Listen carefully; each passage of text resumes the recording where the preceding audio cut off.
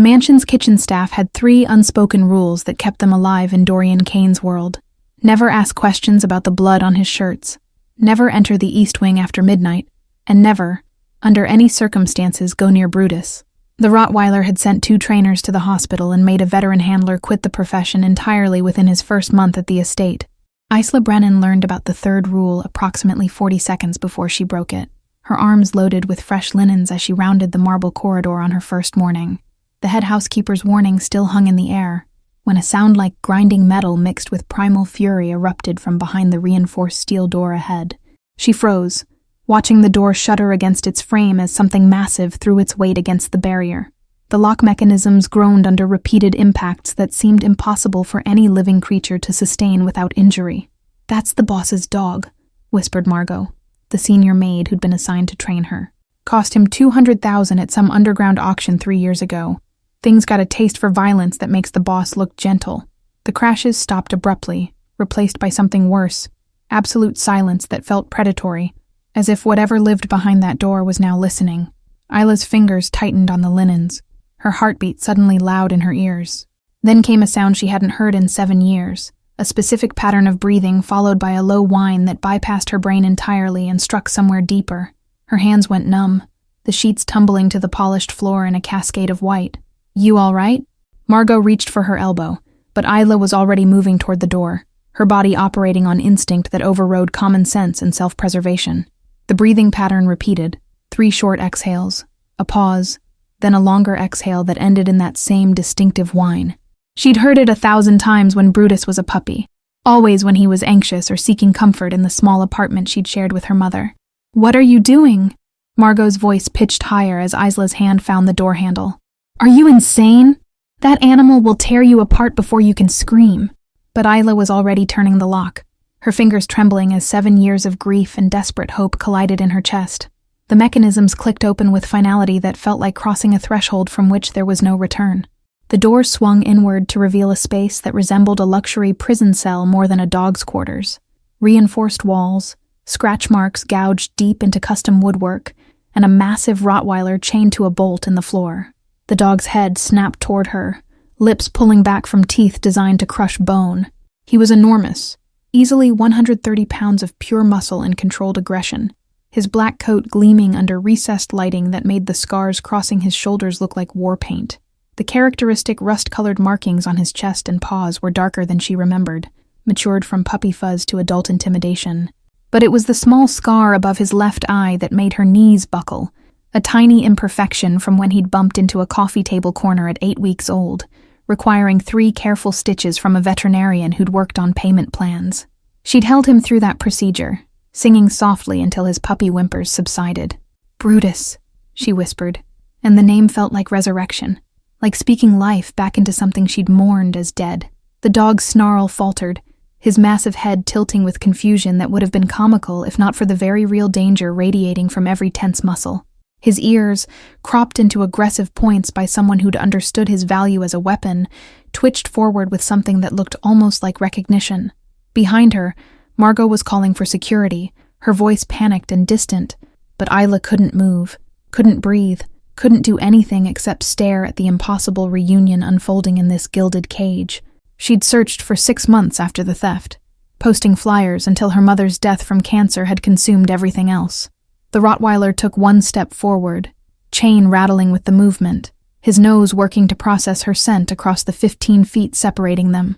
Whatever he found there made his entire body language shift from attack-ready to something more complex, confusion mixing with an instinct he couldn't quite name. Somewhere in the mansion's depths, footsteps were approaching at a run, but Isla was already sinking to her knees on the cold floor, her voice breaking as she began to hum the lullaby her mother had taught her, the same melody that had soothed Brutus through thunderstorms and fireworks and the general anxiety of puppyhood in a chaotic world.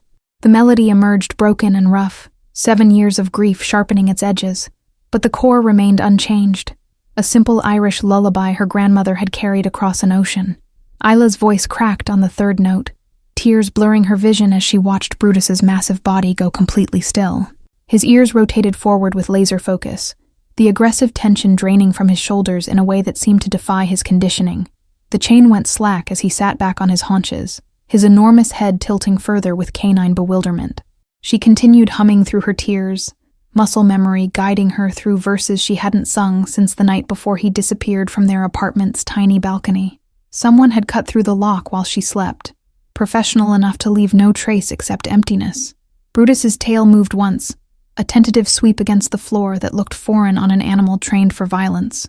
His mouth closed, the display of teeth replaced by something softer, almost vulnerable, as if layers of brutal conditioning were peeling away with each note. What the hell is happening? The voice came from the doorway, male and carrying the kind of authority that expected immediate answers. Step away from that dog right now. Isla didn't turn, couldn't risk breaking whatever fragile connection was rebuilding between them. She transitioned from humming to soft words, the lullaby's Gaelic verses flowing despite her limited Irish, purely phonetic memory from childhood. Brutus rose slowly, his movements careful rather than aggressive, and began walking toward her with the chain dragging behind him. Each step was measured, cautious, as if he was approaching something sacred he couldn't quite believe existed. I said step away. The command was sharper now, closer, but still Isla remained frozen, her hands extending palm up in invitation as Brutus closed the distance to 10 feet, then 8, then 6.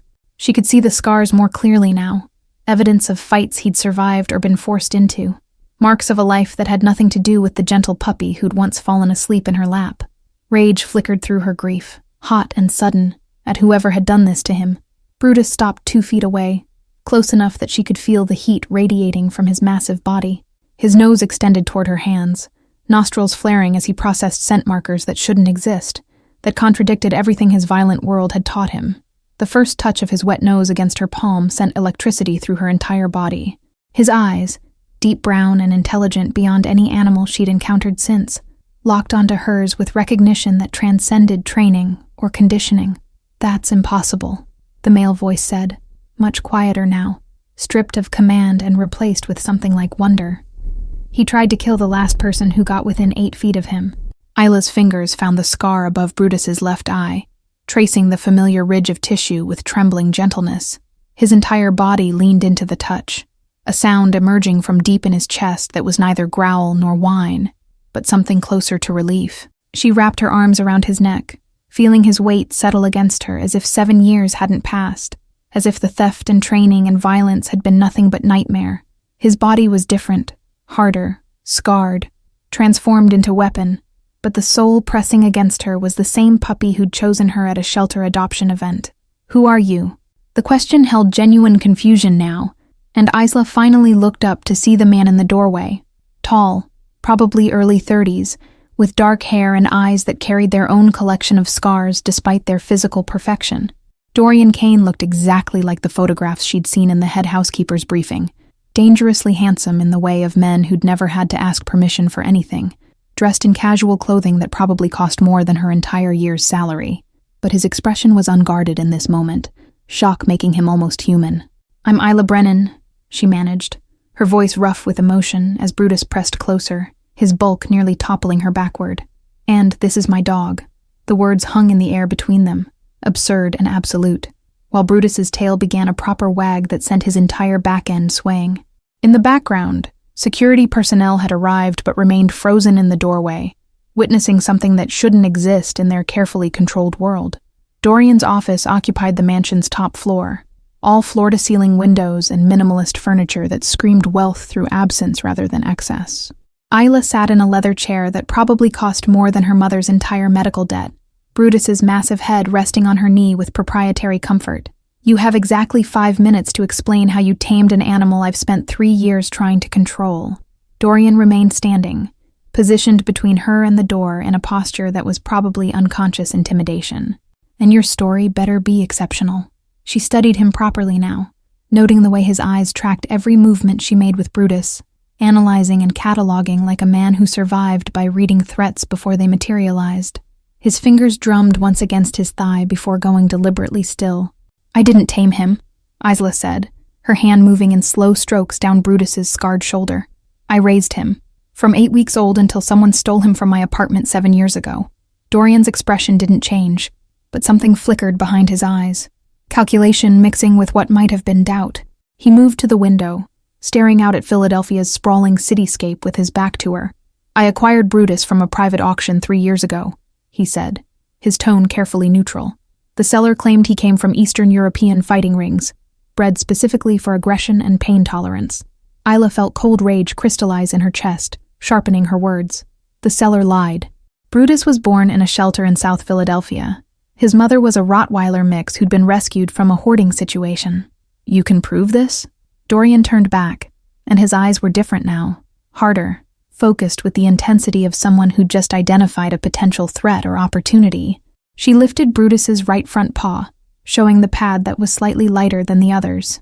He stepped on broken glass when he was 4 months old.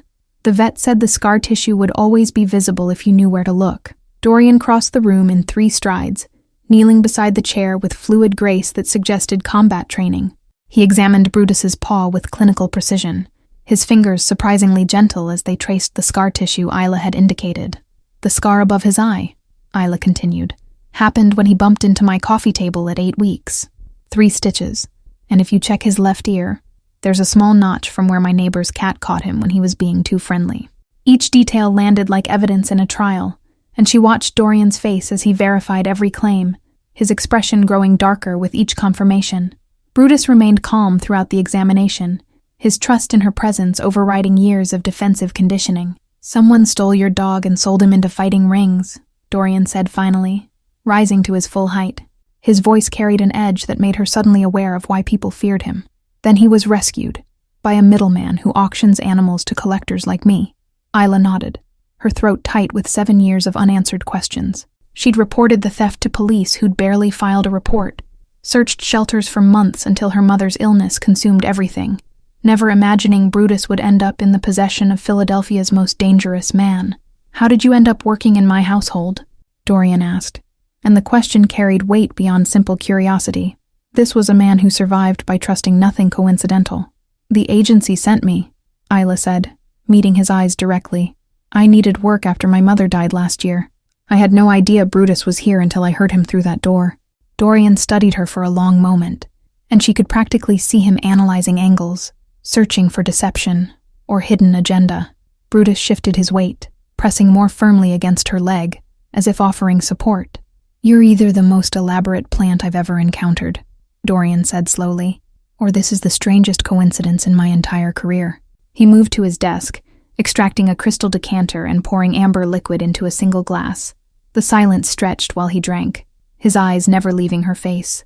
Isla forced herself to remain still, to not fidget or look away, instinctively understanding that showing weakness now would be catastrophic. I'm going to make you an offer, Dorian said finally, setting down the glass with precise control. You work exclusively with Brutus. No other household duties. Triple your current salary. You train him, you care for him, and you help me understand how an animal I couldn't control becomes docile the moment you sing to him. Isla's mind raced through implications, recognizing opportunity mixed with danger. Working directly for Dorian Kane meant entering his world more deeply, accepting proximity to violence and moral compromise she'd spent her life avoiding. But Brutus's weight against her leg was real, solid, the reunion she'd stopped dreaming about years ago because the pain was too sharp. The thought of walking away now, of leaving him again, was physically impossible. I want full medical care for him, she said, her voice steadier than she felt. Proper veterinary evaluation, treatment for any lingering injuries from the fights, and I want to know who stole him. Something like respect flickered across Dorian's face, brief as lightning but unmistakable. He extended his hand across the desk, an old-fashioned gesture that somehow carried more weight than any contract. We have a deal, Miss Brennan, he said. But understand this. In my world, loyalty runs deeper than blood. If you're working this close to me, I need to trust you completely. Betrayal doesn't end with termination. Isla took his hand, feeling the calluses that spoke of violence despite his polished appearance, and understood she was crossing a threshold that would change everything. Brutus's tail thumped against the chair leg, oblivious to the dangerous bargain being struck above his head. The East Wing became Isla's domain over the following weeks, transformed from prison into sanctuary through changes both practical and profound. She requisitioned softer bedding, natural light exposure, and structured routine that replaced chaos with predictability Brutus had never known in Dorian's care. The Rottweiler's transformation wasn't immediate or magical. It was earned through patient hours of undoing damage that went bone deep. Each morning she arrived before dawn, sitting quietly in his space until he approached on his own terms, rebuilding trust that violence had shattered. Dorian watched from security cameras initially, Isla discovered when she noticed the lens adjustments tracking her movements. She didn't acknowledge the surveillance, understanding it was how he maintained control in a world where trust was currency more valuable than money. By the third week, Brutus was taking food from her hand without the aggressive resource guarding that had made feeding him dangerous. His weight increased as stress diminished, the hollows in his flanks filling out with proper nutrition and reduced cortisol. The physical changes reflected deeper healing, muscles relaxing from constant defensive tension into something approaching normal canine existence. She introduced enrichment activities that engaged his intelligence rather than just his aggression, puzzle feeders that required problem-solving, scent work that utilized his natural tracking abilities, games that rewarded gentle behavior over violent responses. His eyes began to brighten with curiosity that had been beaten out through brutal conditioning. Each small victory felt monumental, proof that damage wasn't always permanent. The household staff stopped giving her wide berth by week 4, their fear replaced with fascinated observation of the impossible taming. Margot started bringing coffee to the East Wing, lingering to watch Brutus respond to commands in what looked like a completely different language than violence. Other staff members found excuses to pass by during training sessions, witnessing transformation that challenged their understanding of what was possible. Dorian's direct observations began during the 2nd month, his presence announced by Italian leather shoes on marble floors, and the subtle shift in air pressure that preceded powerful men. He never entered Brutus's space initially, maintaining distance that respected boundaries while his dark eyes catalogued every interaction. His focus was absolute, studying her techniques with the same intensity he probably applied to business negotiations or tactical planning.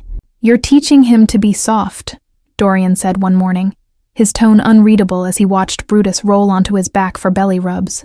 The words carried neither approval nor disapproval, just observation weighted with implications Isla was beginning to recognize. That's dangerous in my world.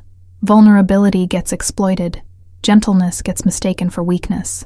Isla continued her gentle strokes along Brutus's scarred abdomen, not looking up immediately. "I'm teaching him he doesn't have to be a weapon every moment of every day. There's a difference between soft and having the choice to be gentle." She finally met Dorian's gaze, holding it with confidence that surprised them both. Real strength includes knowing when violence isn't necessary. The silence that followed felt weighted with more than conversation about dog training. When she finally studied Dorian's face properly, something complex moved behind his eyes. Recognition, perhaps, or the uncomfortable mirror of seeing his own captivity reflected in animal form. His jaw tightened slightly, the only visible reaction to words that had clearly struck deeper than intended. "Show me," he said abruptly, gesturing toward the training equipment she'd installed. "Teach me what you're doing with him. I want to understand how you're achieving results that professional trainers with decades of experience couldn't manage." The request carried vulnerability that seemed foreign to his nature, admission that he didn't have all answers. The request surprised her more than anything he'd said since their deal was struck. Dorian Kane didn't ask for instruction. He commanded, controlled, dominated every space he occupied. Vulnerability wasn't in his vocabulary, yet here he was requesting guidance from a 20-year-old former waitress who'd stumbled into his world through impossible coincidence. Isla stood slowly, brushing dog hair from her jeans with deliberate movements that gave her time to process the shift in their dynamic. It starts with understanding that everything he does is communication. The aggression wasn't random. It was language. She moved to Brutus's side, demonstrating her posture and energy. Fear, pain, lack of control, all translated into violence because that was the only dialect he'd been taught by people who valued him as weapon rather than living being. She demonstrated basic calming signals, showing how Brutus responded to soft eye contact, slow movements, and the specific tone of voice that signaled safety rather than threat. Dorian absorbed the lesson with intensity that suggested he was learning more than just dog training, his focus absolute in the way of men who survived by gathering information others missed. "Your turn," Isla said, stepping back and gesturing for Dorian to take her place. She caught his momentary hesitation, so brief most people would miss it, before he moved forward with the decisive grace that characterized all his actions. The hesitation revealed more than confidence ever could. This man feared very little, but genuine connection apparently qualified as threatening. Brutus's ears flattened slightly as Dorian approached. his body tensing with muscle memory of masculine authority that historically preceded pain. The Rottweiler's eyes tracked to Isla, seeking confirmation or escape route with canine intelligence that understood power dynamics better than most humans. His breathing quickened, stress signals rippling through his massive frame despite weeks of rehabilitation. "Lower your shoulders," Isla instructed softly, moving closer to provide guidance. "You carry tension like armor, defensive posture that's probably kept you alive in countless situations." But he can feel it from 6 feet away and interprets it as threat, as precursor to violence based on everything his experience has taught him about men who stand like you're standing. Dorian's jaw tightened, visible effort required to relax the rigid posture that probably kept him alive in countless dangerous situations. His shoulders dropped fractionally, and Brutus's tail gave a tentative wag, responding to the subtle shift in energy. The change was minimal by external observation, but represented seismic internal adjustment for a man who'd built identity on appearing invulnerable. "Now offer your hand palm down, fingers loose and relaxed." No fist. Fists mean violence in his experience, precursor to pain every single time. Everything about your body language needs to communicate safety rather than dominance. Isla demonstrated the position, noting how Dorian studied her hand, like it contained secrets to languages he'd never learned to speak. Dorian extended his hand with surprising gentleness, mimicking her position with precision that spoke to his ability to adapt and learn. After a long moment of canine deliberation where Brutus's nose worked to process contradictory information, the dog stretched his neck forward to sniff. The contact lasted only seconds before Brutus retreated, but triumph flashed across Dorian's face with unexpected boyishness that transformed his usually controlled features. "He's never let me touch him voluntarily," Dorian said, wonder softening his usually controlled voice into something almost vulnerable.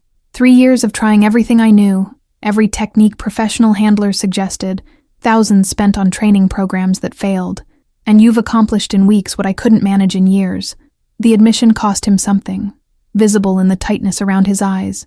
Isla watched something shift in the dynamic between man and animal, recognizing the precise moment when Dorian stopped seeing Brutus as weapon or possession and started seeing him as living being capable of choice and trust. It was the same shift she needed Dorian to make about his own humanity, about the difference between surviving through force and actually living through connection.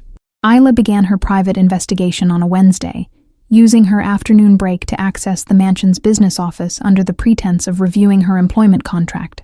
The administrative assistant, a nervous young man named Timothy, barely glanced up as she settled into a corner desk with laptop and carefully casual demeanor. Her heart hammered against ribs, but her expression remained professionally neutral, a skill she'd developed through years of service work. The mansion's records were surprisingly accessible once she understood the filing system. Dorian's confidence in his security apparently extended to assuming no household staff would dare snoop through documents. She found the acquisition documents for Brutus within an hour, buried in a folder labeled Asset Acquisitions 2022, alongside artwork purchases and real estate holdings. The casual categorization of her stolen dog, alongside inanimate objects, made rage simmer low in her stomach. The auction house name meant nothing initially. Meridian Estate Sales, operating out of a warehouse district address that could have been anywhere in Philadelphia's industrial zones. But the seller's name made her hands shake so badly she nearly dropped her phone. Carson Webb, listed as procurement specialist with a local phone number still in active service. The same Carson Webb who served as Dorian's director of security operations. Trusted position with access to everything. She photographed the documents with trembling fingers, capturing every detail including the purchase price that made her nauseous. $200,000 for a dog stolen from a grieving teenager's balcony, transformed into commodity through violence and exploitation. The number represented more money than her mother had earned in 5 years of exhausting work before cancer consumed everything. Timothy's sudden throat clearing made her jump, guilt flashing hot across her face before she controlled it.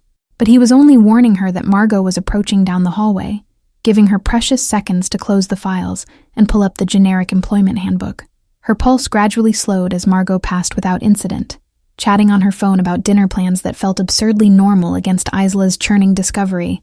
That evening in Brutus's space, she searched Carson Webb's name and found a LinkedIn profile showing him as Director of Security Operations for Kane Industries, Dorian's legitimate business front. The man who'd sold Dorian his own stolen dog worked directly for him in position of significant trust, had access to everything from financial records to personal schedules. The betrayal's scope expanded with each detail she uncovered, revealing operation far more sophisticated than simple theft. Her fingers buried in Brutus's fur as rage crystallized into something colder and more focused than simple anger. Carson hadn't just stolen a dog 7 years ago. He'd built an entire side business trafficking animals while drawing substantial salary from the man he was systematically betraying. The audacity was staggering, the cruelty casual in ways that suggested this wasn't aberration but core character trait. "You're thinking loud thoughts," Dorian's voice came from the doorway, making her start, despite weeks of growing accustomed to his unannounced observations. His ability to move silently through his own mansion was unsettling, product of skills she didn't want to examine too closely. "What did you discover that's making your breathing change and your shoulders tense like you're preparing for confrontation?" Isla's mind raced through options faster than conscious thought. Lie and protect herself from entanglement in his dangerous world. Tell truth and risk variables she couldn't control. Or some middle path that might serve justice without triggering the violence she knew he was capable of. She studied Dorian's face in the low lighting, searching for clues about which version of him stood in the doorway, the careful teacher of gentle handling, or the ruthless crime lord. "I found the acquisition documents for Brutus," she said finally, choosing honesty weighted with careful calibration. "The auction house details, the seller's name, the complete paper trail of how he ended up in your possession. I wanted to understand the full scope of what happened, needed to know who took him from me, and how the theft connected to everything that came after." Dorian entered fully, closing the door behind him with quiet finality that changed the room's entire energy. His expression was unreadable in the way she'd learned meant deep calculation occurring beneath surface calm, deciding in real time how to respond to information that shifted their established dynamic. Tension coiled in his shoulders despite weeks of her teaching him to recognize and release defensive posture. "And what did these documents tell you?" His voice carried dangerous curiosity, the precise tone of man deciding whether witness becomes accomplice or liability in his world. He moved closer, not threateningly, but with predatory awareness that made her conscious of every escape route and barrier. The question held layers, testing her honesty, her intelligence, her understanding of the dangerous ground she'd chosen to walk. Isla met his eyes directly, refusing to show the fear pumping adrenaline through her veins despite every survival instinct screaming to back down. "That Carson Webb sold you my dog 3 years ago for $200,000. That he's still on your payroll in a position of significant trust with access to sensitive information. That the man you rely on for security has been running operations directly under your nose, while you paid him handsomely for the privilege." The silence stretched so long she could hear her own heartbeat, could feel Brutus's confusion at the tension suddenly filling his carefully constructed safe space. Dorian's face remained perfectly neutral, but his hands curled into fists before deliberately relaxing, conscious control that spoke to the rage he was containing. When he finally spoke, his voice was deadly quiet in the way that was infinitely more frightening than shouting. "You've done background research on my security director," he said slowly, each word precise as surgical instrument cutting through pretense. "Accessed files you had no authorization to view. Investigated a man who has resources and willingness to eliminate problems permanently. That's either remarkably brave or catastrophically stupid, and I'm genuinely uncertain which assessment is accurate." "It's neither," Isla countered, her voice steadier than her nerves justified. "It's necessary. You asked me to help you understand Brutus, to explain how an animal conditioned for violence could choose gentleness instead. Part of that understanding is knowing who hurt him and why, tracing the full scope of damage back to its source." She paused, letting her next words land with full weight. "And if Carson did this to Brutus, he's done it to countless other animals. This isn't isolated incident. It's business model." Dorian moved to the window. His back to her and posture she was learning meant deep calculation occurring behind carefully maintained exterior calm. The city lights beyond painted his profile in sharp relief, making him look carved from stone rather than flesh and blood. His reflection in the glass showed expression she couldn't fully read, mixture of fury and something that might have been respect. "Carson has been with me for 8 years, Dorian said finally, words emerging like they cost him something to speak. "He's prevented 2 attempts on my life, managed security for operations across 4 states, earned trust through demonstrated loyalty in situations that would break most men. I've trusted him with information that could destroy me if it reached wrong hands." The admission of potential misjudgment clearly pained him in ways physical injury probably never could. Isla heard the conflict in his words. The man who survived by reading people with perfect accuracy, confronting evidence that his judgment had failed catastrophically where it mattered most. She rose slowly, approaching him with the same careful energy she used with Brutus in early days of rebuilding trust. Her hand found his arm, contact that crossed professional boundaries, but felt necessary to anchor them both through this revelation. "I'm not asking you to take immediate action or make decisions based solely on my word," she said quietly, choosing each word with precision. "I'm telling you what I found because you deserve to know, because operating with incomplete information is what got us here. What you do with this knowledge is entirely your choice, but you'll make that choice with full awareness rather than continued ignorance." Her fingers tightened slightly on his arm. "And I need you to understand, if Carson did this systematically, there are other victims. Other families destroyed, other animals tortured. This goes far beyond Brutus and me."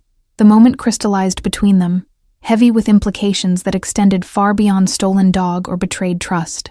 This was test and offer simultaneously. Her proving she could navigate his dangerous world with integrity he rarely encountered, him deciding whether to trust information that contradicted years of established relationship. The weight of mutual vulnerability felt unprecedented. Connection forged through shared mission that transcended their vastly different worlds.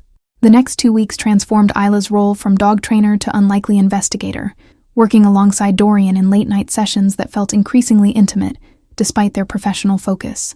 They mapped Carson's movements through financial records, security logs, and surveillance footage that revealed patterns invisible when examined in isolation.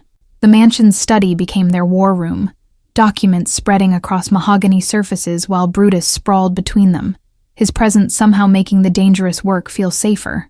Dorian taught her to read the subtle signs of deception in business records, unexplained gaps in timelines, vendors that existed only on paper, expenses that didn't align with operational needs. His world operated on different rules than hers, but his intelligence was undeniable, sharp and focused in ways that made her understand how he'd built an empire. He explained money laundering techniques and shell corporation structures with the casual expertise of someone who'd mastered both sides of legal boundaries. She contributed perspective he lacked, the human element of trafficking operations, the way stolen pets moved through underground markets, the specific red flags in Carson's documented animal acquisitions that Dorian's financial focus had missed. Together they built a case that became irrefutable, each piece of evidence connecting to form picture of systematic betrayal spanning years. The collaboration revealed complementary skills neither had recognized initially, creating investigative partnership more effective than either could manage alone. "He's been running the operation for at least 6 years, Dorian said one night, his voice tight with controlled fury as new evidence emerged from encrypted files they'd finally cracked. "Using my resources, my reputation, my infrastructure to traffic animals across state lines for fighting rings and private collectors. Every acquisition I authorized for legitimate security purposes, he corrupted into cover for his side business." His fist came down on the desk hard enough to make Brutus's ears twitch. Isla watched anger transform his features, making him look dangerous in ways that should have frightened her, but somehow didn't anymore. She'd learned to distinguish between his capacity for violence and his choice to employ it, a distinction she suspected few people in his life understood or even recognized as relevant. The fury in his eyes was righteous rather than casual, directed at genuine betrayal rather than mere inconvenience.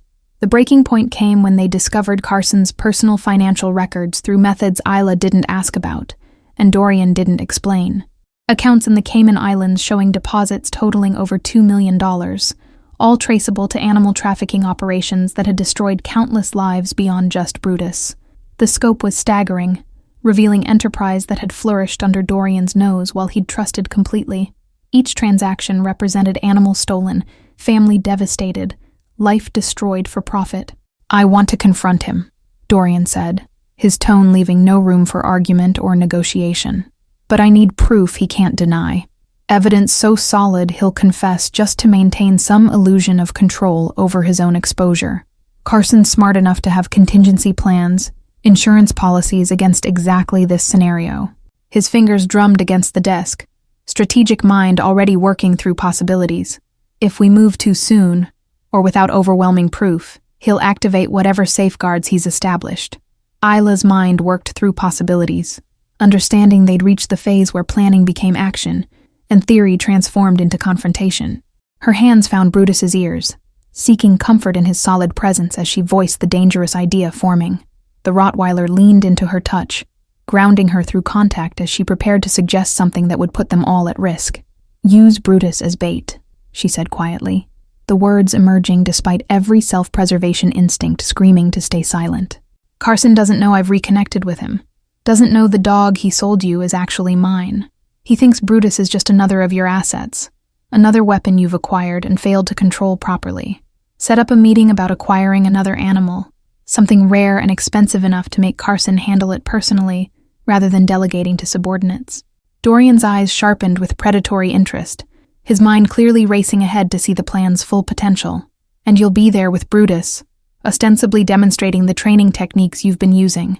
When Carson sees the dog responding to you with recognition and trust, he'll panic." His voice gained momentum as strategic possibilities unfolded.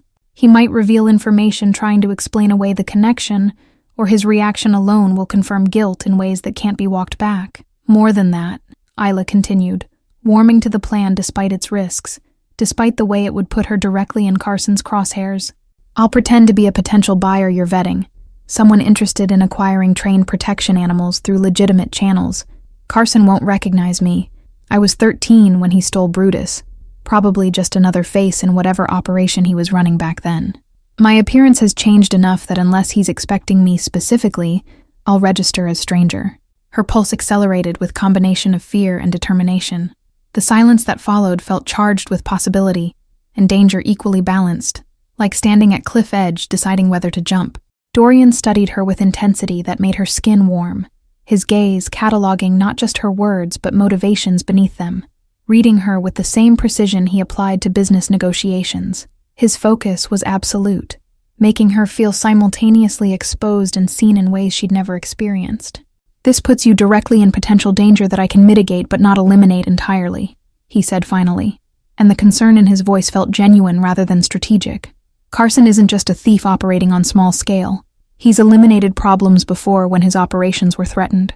If he feels cornered, his response won't be civilized conversation or negotiated settlement. He'll escalate to violence without hesitation if he perceives existential threat." The warning carried weight of experience, of understanding exactly how dangerous men operated when desperate. Isla straightened her spine, meeting his concern with resolution she'd been building through weeks of reclaiming power stolen along with her dog. "I've been in danger since the moment I recognized Brutus and started asking questions that threatened Carson's operation. At least this way, I'm choosing to face it rather than waiting for it to find me on his timeline." Her voice carried conviction that surprised them both. "I spent 7 years feeling powerless about what happened. I'm done with powerless." Something shifted in Dorian's expression, admiration mixing with what might have been affection, though she didn't trust herself to name it accurately given their complicated dynamic. His hand reached out, hovering near her face before dropping, the almost touch somehow more intimate than actual contact would have been. The air between them felt charged with electricity, tension that had nothing to do with investigation or revenge, and everything to do with connection they'd been dancing around for weeks. "You're nothing like I expected when you first walked into Brutus's space," he said softly, words carrying weight beyond their surface meaning. "When you entered my life through sheer coincidence, I thought you'd be another complication to manage, another variable requiring control. Instead, you're someone who challenges everything I thought I understood about strength and vulnerability." His eyes held hers with intensity that made breathing difficult. "You've made me question whether the walls I've built for protection are actually prison keeping me isolated from anything real." The confession hung between them like physical presence, raw honesty that seemed foreign to a man who'd built empire on calculated control. Isla felt her heart rate accelerate for reasons having nothing to do with fear or danger, heat rising in her cheeks as she processed what he was actually saying beneath diplomatic language. "Instead, I'm what?" she prompted, her voice barely above whisper, needing him to say it clearly despite knowing the answer. The space between them felt simultaneously too large and dangerously small, charged with possibility that terrified and attracted her in equal measure. Brutus's tail thumped against the floor, canine obliviousness breaking tension without fully dispersing it. "Someone who makes me want things I convinced myself were impossible in my world," Dorian finished, and the raw honesty in his words struck deeper than any calculated manipulation could have. His hand finally made contact, fingers brushing her jawline with unexpected tenderness that contradicted everything she knew about his capacity for violence. The touch was gentle, almost reverent, treating her like something precious rather than another asset to be controlled.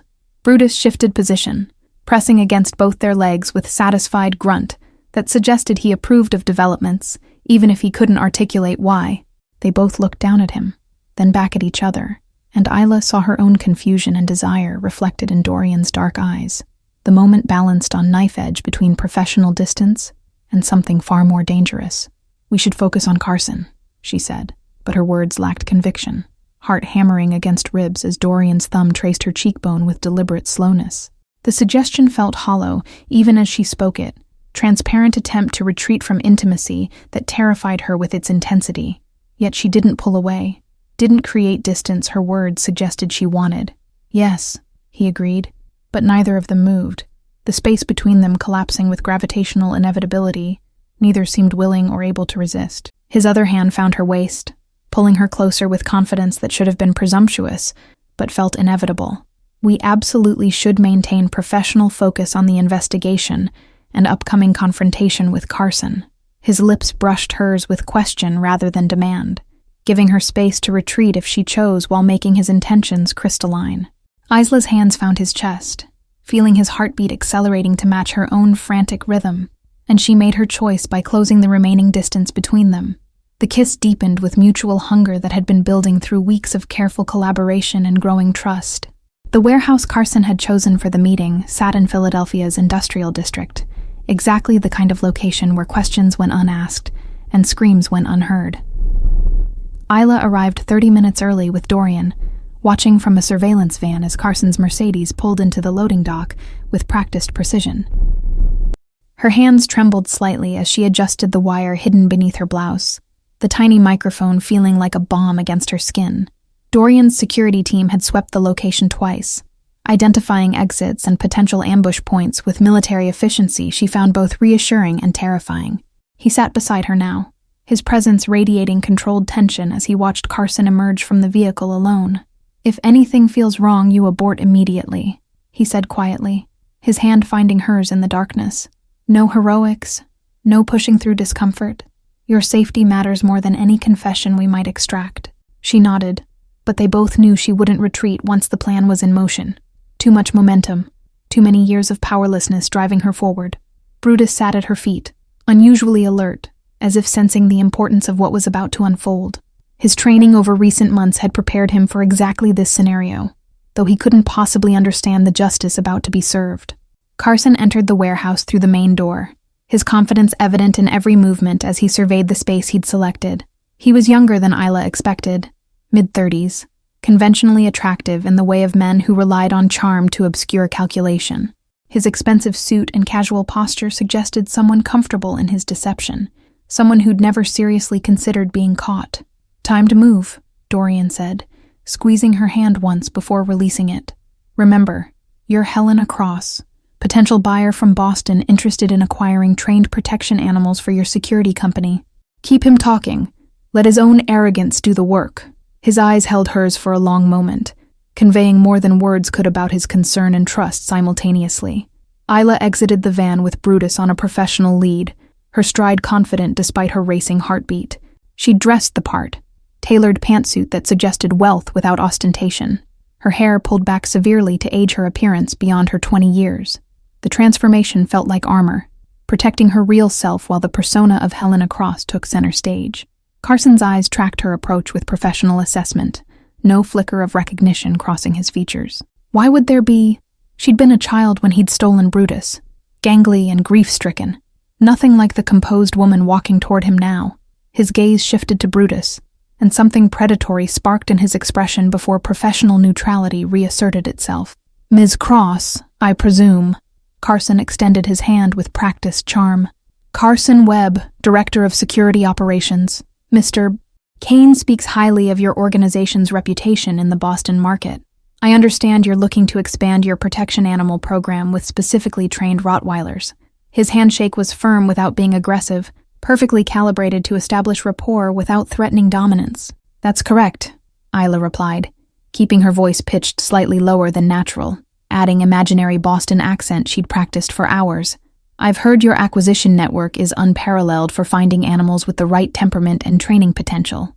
Specifically, I'm interested in understanding your sourcing methods and quality control processes." She let Brutus sit at her side, his perfect obedience a testament to their rebuilt connection. Carson's eyes lingered on Brutus with appreciation that made her stomach turn. "That's a magnificent specimen you have there. May I?" He gestured toward the Rottweiler, already reaching out before she could respond, confidence suggesting he'd handled countless dogs without consequence. "He's particular about strangers," Isla warned, but didn't stop Carson's approach. This was the moment they'd planned for, the catalyst that would reveal everything. Brutus remained perfectly still, his training overriding instinct as Carson's hand extended toward his head. The Rottweiler's lips pulled back in silent snarl, his entire body going rigid with recognition that transcended time. His eyes fixed on Carson with intensity that was unmistakably personal, not the generalized wariness of trained protection animal, but specific memory of trauma inflicted. The growl that emerged was low and promising violence, vibrating through his massive chest. Carson jerked back, surprise breaking through his professional composure. Interesting reaction. Usually takes longer for aggression to surface with proper handling. He studied Brutus more carefully now, his eyes narrowing with something that might have been recognition, beginning to surface through years of separation. "He only reacts that way to people who've hurt him before," Isla said quietly, dropping the accent and watching Carson's face for the moment of realization. "Specifically, people who stole him from his home when he was a puppy, sold him into fighting rings, and turned him into weapon instead of companion." She let the words land, each one a hammer blow against his constructed reality. Carson's expression transformed in slow motion, confusion giving way to recognition, then calculation as he assessed his exposure and options.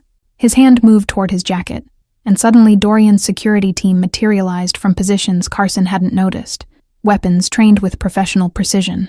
"I wouldn't," came Dorian's voice from the warehouse entrance, his tone promising consequences beyond imagination. Dorian walked forward slowly, each step deliberate as Carson's eyes darted between exits now blocked by armed personnel. 8 years, Carson. 8 years I trusted you with everything while you built your trafficking empire using my resources, my reputation, my protection. And the beautiful irony is that the dog you sold me for $200,000, the one acquisition I authorized without question because you said he was special, turned out to be exactly right. Carson's face had gone pale, but his mind was clearly racing through explanations and escape routes. "I can explain, boss. This is misunderstanding. That dog came through legitimate channels, documented sale from Eastern European breeder. I've got paperwork proving provenance." His voice carried desperation now, the smooth charm evaporating under pressure. "The paperwork you forged," Isla said, pulling documentation from her jacket. "Like these records showing 19 other animals trafficked through your network in the last 3 years. Or these financial statements from your Cayman accounts showing over $2 million in deposits from fighting rings across 4 states. Or testimony from 3 other families whose pets disappeared and ended up in your pipeline." Her hands shook with controlled rage as she laid out evidence that couldn't be explained away. The color drained completely from Carson's face as the scope of his exposure became undeniable. He looked at Brutus again, really seeing him now beyond asset or commodity, recognizing the specific puppy he'd stolen from a balcony 7 years ago. "You're her," he said to Isla, the pieces finally connecting. "The girl from South Philly, the one with the cancer-sick mother. You grew up." "I grew up," Isla confirmed, her voice steady despite tears threatening. "And I spent 7 years thinking Brutus was dead, that whoever stole him had killed him or worse. I mourned him while finishing school, while watching my mother die, while rebuilding a life that had a hole in it, shaped exactly like the dog you took." Each word carried weight of accumulated grief, transforming into righteous fury. Dorian stepped closer to Carson, his presence radiating controlled violence that was far more terrifying than overt threat. "Here's what's going to happen. You're going to confess everything on camera, every animal you trafficked, every family you destroyed, every dollar you stole from operations I trusted you to run legitimately. Then you're going to help me dismantle your entire network, contact every buyer, rescue every animal still in the pipeline." "And if I refuse?" Carson asked, but his voice carried no real defiance, just desperate curiosity about the consequences he already knew were coming. "Then I release this evidence to the FBI, the ASPCA, and every media outlet in 5 states, Dorian replied calmly. But not before I let it be known in the criminal world that you've been skimming from operations and selling information to federal investigators. Either way, your life as you know it ends today. The only variable is whether you maintain any shred of control over how that ending looks. The threat was delivered without emotion. Simple statement of inevitable consequences. Carson's shoulders sagged in defeat, recognizing he had no moves left to make. I want immunity from prosecution in exchange for cooperation. Federal witness protection, new identity, guaranteed safety from anyone I'm giving up. His attempt at negotiation was pathetic, desperate grasping at straws by someone who'd run out of options. You get to live, Dorian said flatly. That's the only guarantee I'm offering. You cooperate fully. You help rescue every animal still trapped in your network. You testify against everyone you've worked with, and in exchange, I don't let Brutus finish what his instincts are telling him to do right now. As if on cue, the Rottweiler's growl deepened, his entire focus locked on Carson with predatory intensity that promised violence if given opportunity. The recording equipment captured everything. Carson's detailed confession spanning 90 minutes, naming buyers and suppliers and middlemen across elaborate network that had destroyed countless lives for profit. Isla sat with Brutus throughout, her hand in his fur grounding them both as justice finally arrived. When Carson finished, federal agents who'd been coordinating with Dorian moved in to take custody, beginning process of dismantling operation that had flourished too long in darkness. The mansion felt different in the days following Carson's arrest, as if the exposure of betrayal had somehow purified the air itself. Isla sat in Brutus's space, with late afternoon sunlight streaming through windows Dorian had ordered enlarged, watching dust motes dance in golden beams, while the Rottweiler sprawled across her lap with contentment that seemed impossible mere months ago.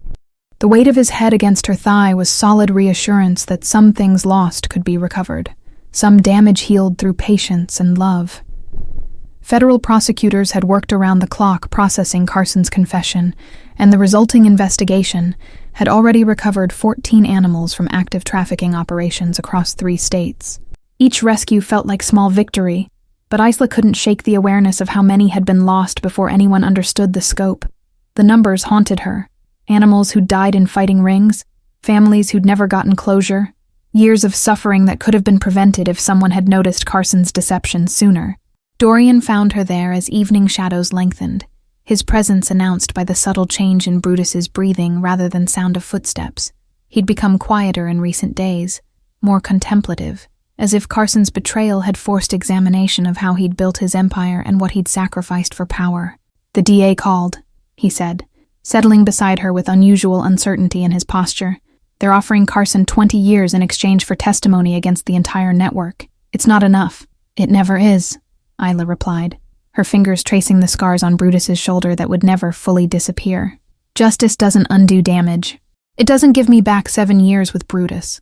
Doesn't restore him to who he might have been without the fighting rings. Doesn't resurrect my mother so I can tell her I found him. Her voice caught on the last words. Grief she'd been holding at bay finally cracking her composure.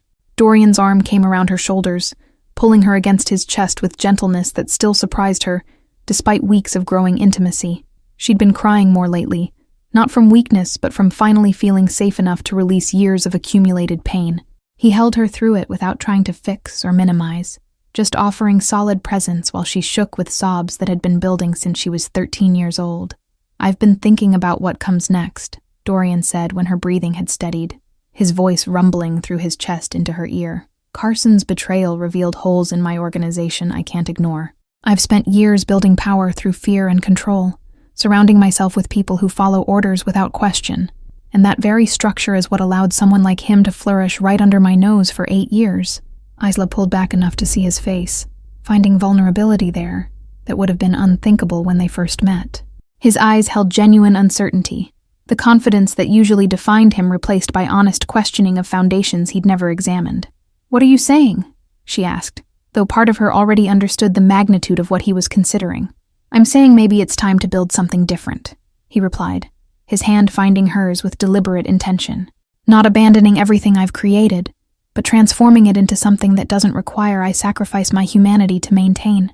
Something where loyalty is earned through integrity rather than fear, where I surround myself with people who'll challenge me when I'm wrong, rather than enable every impulse. His thumb traced circles on her palm, nervous gesture that revealed how much the admission cost him. The proposal hung between them, massive in its implications and terrifying in its vulnerability. Isla studied his face, searching for signs of manipulation or tactical positioning, but found only genuine desire for transformation. "That's not a small change," she said carefully. "That's rebuilding your entire world from foundation up. Are you prepared for what that means? The resistance you'll face from people invested in current structure?" "I don't know," Dorian admitted, and the honesty was more compelling than any confident assertion could have been.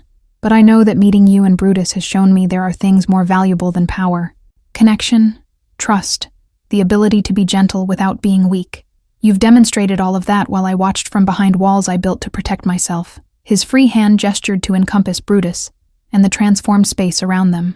"If you could take this animal conditioned for violence and help him remember gentleness, maybe there's hope for me too." Brutus chose that moment to roll onto his back between them, paws in the air with complete trust that would have been impossible months ago. They both laughed despite the emotional weight of conversation, the absurdity of 130-pound Rottweiler demanding belly rubs providing necessary levity. Isla obliged, scratching his chest while considering the enormity of what Dorian was offering. "I can't be the reason you change," she said finally, needing him to understand the distinction. "Transformation has to come from internal recognition that current path isn't sustainable, not from desire to please or keep someone. If you're only changing to keep me around, you'll resent the sacrifice eventually, and we'll both end up damaged." She met his eyes directly, refusing to soften the truth. "You have to want this for yourself, to believe your life could be richer with vulnerability than it ever was with absolute control." Dorian absorbed her words with visible consideration, his expression cycling through reactions before settling into resolution. "You're right. And the truth is, I've been questioning this life longer than I've admitted to myself. Carson's betrayal was just catalyst that forced me to confront what I've been avoiding. I'm lonely, despite being surrounded by people, isolated despite my power, going through motions of existence without actually living." He paused, vulnerability making his next words emerge rough. "I've built a prison, and convinced myself it was a kingdom." The confession settled into Isla's chest with aching recognition. She'd built her own prisons over the years, walls constructed from grief and survival that had kept her safe, but also kept her from truly living. "So we're both learning to be free," she said softly, understanding that their connection was about more than romance, or even justice. Two people who've survived by building walls, trying to figure out what life looks like when we're brave enough to dismantle them. "Will you stay?" Dorian asked, and the question carried layers beyond simple living arrangements.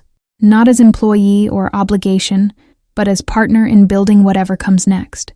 I can't promise I'll get transformation right, can't guarantee I won't slip into old patterns or make catastrophic mistakes, but I'm asking if you're willing to navigate that uncertainty with me, to help me become someone worthy of the trust you and Brutus have placed in me." Isla felt tears threatening again, but these were different. Hope mixing with fear, possibility tangling with very real awareness of risks involved. Loving someone like Dorian meant accepting he had past that couldn't be erased, capacity for darkness that wouldn't disappear through good intentions alone. But she'd also witnessed his capacity for growth, his willingness to question himself when it would be easier to remain rigid. "I'll stay," she said, watching relief flood his features. "But I have conditions. Real partnership means you don't make unilateral decisions about things that affect us both. It means you're honest even when honesty is uncomfortable. And it means understanding that if you slide back into old patterns without acknowledging the harm, I won't enable it by staying silent or making excuses." Her voice carried steel beneath softness, making clear she wasn't offering unconditional acceptance of whatever he chose to become. Dorian nodded, respect evident in how seriously he received her terms. "I can agree to those conditions." "More than agree. I'm grateful you're setting them. I've spent too long surrounded by people who tell me what I want to hear, rather than what I need to know." His hand cupped her face with reverence that made her breath catch. "You challenge me to be better, and that's more valuable than any weapon Carson ever pretended to provide." The kiss that followed felt different than previous ones, less urgent passion, more profound commitment to seeing each other fully despite the risks. Brutus grumbled at being temporarily ignored, his paw batting at their legs until they broke apart laughing. The moment crystallized everything they were building. Unconventional family formed from trauma and choice. 3 beings who'd been broken, learning to be whole together. "There's something else I want to do," Dorian said as they settled back against the wall with Brutus between them. "I want to establish a sanctuary for animals rescued from trafficking operations. Proper facility with veterinary care, rehabilitation programs, adoption services for animals who can be rehomed. We'll fund it through liquidating some of my less legitimate holdings, transforming dirty money into something that actually helps." The plan emerged fully formed, suggesting he'd been considering it longer than this conversation. Isla's heart expanded at the vision he was describing, seeing how it could honor not just Brutus's suffering, but all the animals Carson and others like him had destroyed. That would be incredible. Permanent home for animals too damaged to be adopted, resources for families trying to recover stolen pets, education programs about trafficking networks. Her mind raced with possibilities. Professional experience in service work suddenly valuable in entirely new context. "I want you to help design and run it," Dorian said, his voice carrying conviction beyond simple offer. "Your experience with Brutus, your understanding of trauma and recovery, that perspective is invaluable. This can't be some wealthy person's vanity project. It needs to be built by people who understand suffering from inside, who recognize that healing isn't linear or guaranteed, but is always worth attempting." He paused, vulnerability flickering across his features. "And selfishly, I want to build something good with you, want to create, rather than just control or destroy." The vision took shape between them as night fell completely. 2 people who'd found each other through impossible circumstances, planning future neither could have imagined months ago. Brutus snored softly between them, his peaceful breathing testament to transformation's reality. Outside, Philadelphia glittered with lights that could represent either continued darkness or potential for something better, depending on choices made by people brave enough to try. 3 months later, Isla stood at the entrance of Redemption Sanctuary, watching the final construction crews complete work on the rehabilitation facility that had transformed from dream to reality with stunning speed.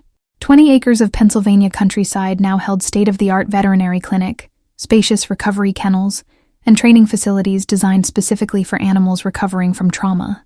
The name had been Dorian's suggestion, recognition that redemption wasn't just for the animals, but for everyone involved in creating second chances. The grand opening was scheduled for tomorrow, but today was private preview for the team who'd made it possible. Margot had transitioned from housemaid to sanctuary administrator, her organizational skills proving invaluable in managing the complex operation. Timothy from the business office now handled fundraising and donor relations, his nervous energy channeled into productive purpose. Even some of Dorian's former security personnel had retrained as animal handlers, their protective instincts redirected toward gentler purposes. Dorian found her watching the sunset paint the facility's main building in golden light, his arms sliding around her waist with familiarity that still sent pleasant shivers through her body. "Nervous about tomorrow?" he asked, though his tone suggested he already knew the answer. His transformation over recent months had been remarkable, still decisive and commanding when necessary, but tempered with humility that made his leadership more effective rather than less. "Terrified," Isla admitted, leaning into his warmth. "What if we can't help them all? What if the animals are too damaged, or we make mistakes that cause more harm, or the funding doesn't sustain long-term?" Her fears tumbled out in rush of words, vulnerabilities she'd learned to voice rather than hide. Their relationship had been built on honesty, even when honesty was uncomfortable. "Then we learn and adjust," Dorian replied with calm confidence she'd learned to trust.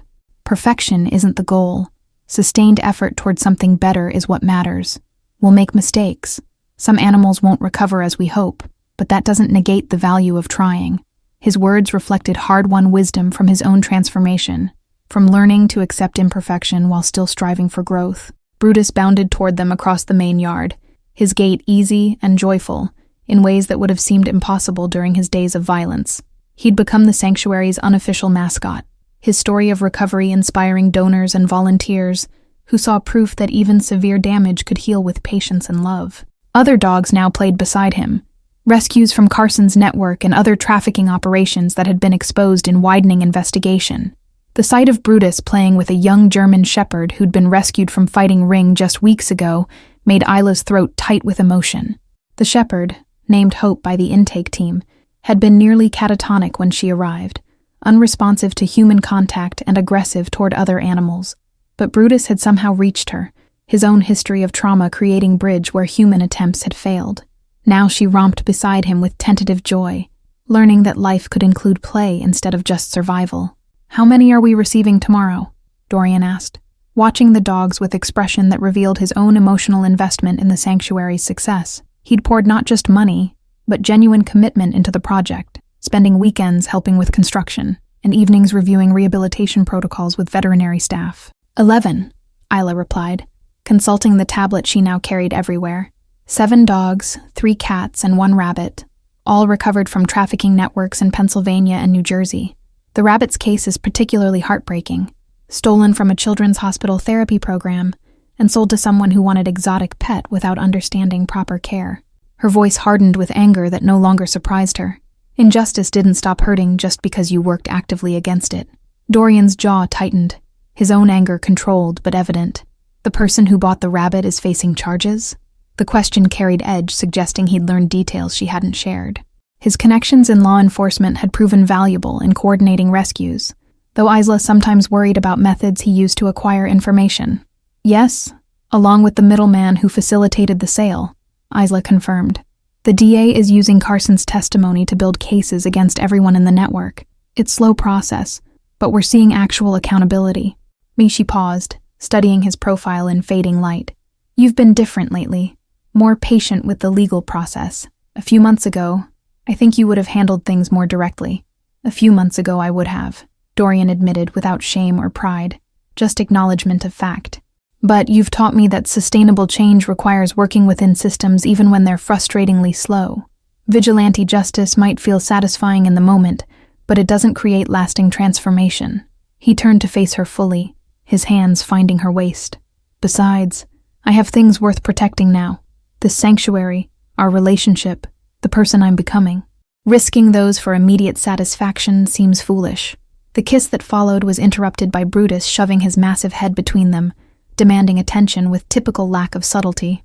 They laughed, including him in their embrace, while Hope watched from safe distance, still learning that affection could be trusted.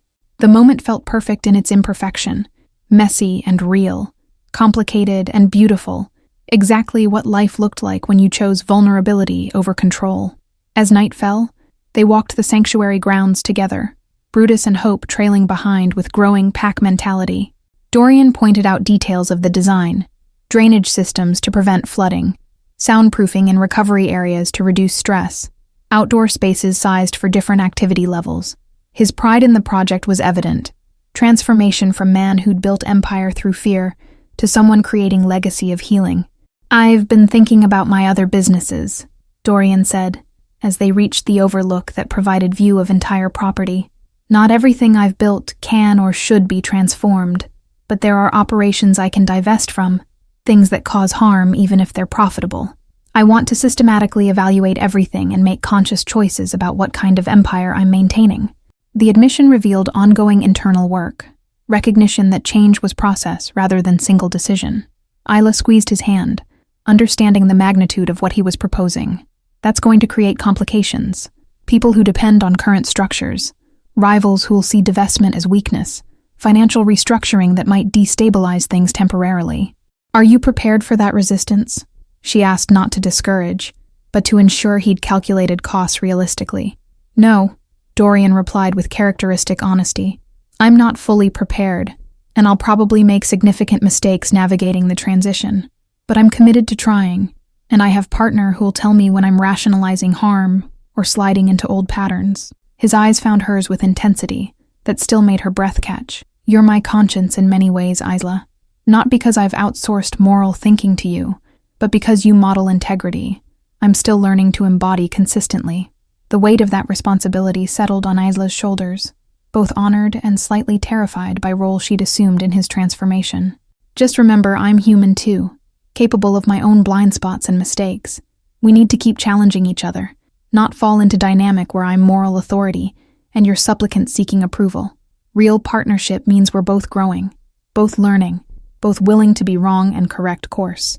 "Agreed," Dorian said, then pulled her close for kiss that communicated beyond words, gratitude and desire, commitment and uncertainty, love that was choosing to be brave despite reasonable fears. When they separated, Brutus had wandered to the fence line with Hope, both dogs staring out at darkness beyond the sanctuary's boundaries with alert but calm postures. "They're guarding us," Isla observed, warmth flooding her chest at the sight. Brutus protecting the space that saved him, teaching Hope that security doesn't require violence, just presence and awareness. The symbolism wasn't lost on her. They were all learning new ways to be strong, discovering that gentleness required more courage than aggression ever had. The grand opening the next day exceeded every expectation, with donors and media coverage generating support that would sustain operations for years. Families who'd lost pets to trafficking networks toured the facilities with tears of gratitude, seeing concrete evidence that their suffering had catalyzed meaningful change. Volunteers signed up in droves, inspired by Brutus's story and the possibility of contributing to redemption rather than just witnessing tragedy. Isla gave a speech that was supposed to be brief, but became extended meditation on loss, recovery, and the choice to believe healing was possible even when evidence suggested otherwise. She spoke about finding Brutus against impossible odds, about Dorian's willingness to question everything he'd built, about the animals who deserved second chances they'd never received under previous systems. Her voice cracked multiple times, but she powered through with determination that had sustained her through years of grief. Dorian stood at the back of the crowd, watching with expression that revealed pride and love in equal measure. When she finished to thunderous applause, he made his way forward and pulled her into embrace that felt like coming home. "You're remarkable," he whispered against her hair, words meant only for her despite public setting. "Everything about this, the sanctuary, the changes in my life, the hope I didn't know I needed, it all traces back to the moment you walked through that door and sang to a dog everyone said was beyond saving. We saved each other," Isla corrected, understanding that redemption had been a mutual process. Brutus brought us together, but we each made choices to believe in possibility of transformation. That's what this sanctuary represents, not just rescuing animals, but insisting that damage doesn't have to be permanent, that given proper support and genuine commitment, healing can happen even in most broken circumstances. As the evening celebration continued, Isla and Dorian slipped away to the quiet overlook where they'd stood the night before. The sanctuary glowed with lights below, symbolizing hope made tangible through collective effort and sustained commitment. Brutus and Hope joined them moments later, both dogs settling at their feet with contentment that spoke to security and belonging they'd never known before finding this place. "Thank you," Dorian said simply, his arm around Isla, as they watched their impossible dream function in reality.